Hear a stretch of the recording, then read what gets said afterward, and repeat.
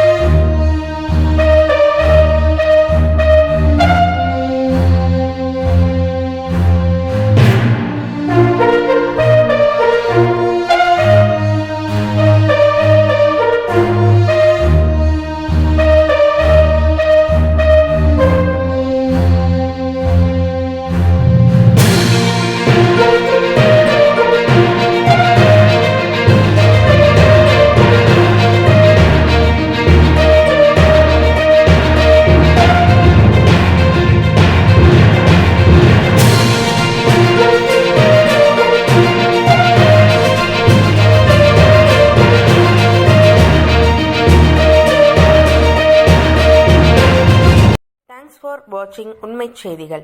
நெல்லை செய்திகளை உடனுக்குடன் தெரிந்து கொள்ள சேனலை சப்ஸ்கிரைப் பண்ணுங்க, லைக் பண்ணுங்க, ஷேர் பண்ணுங்க.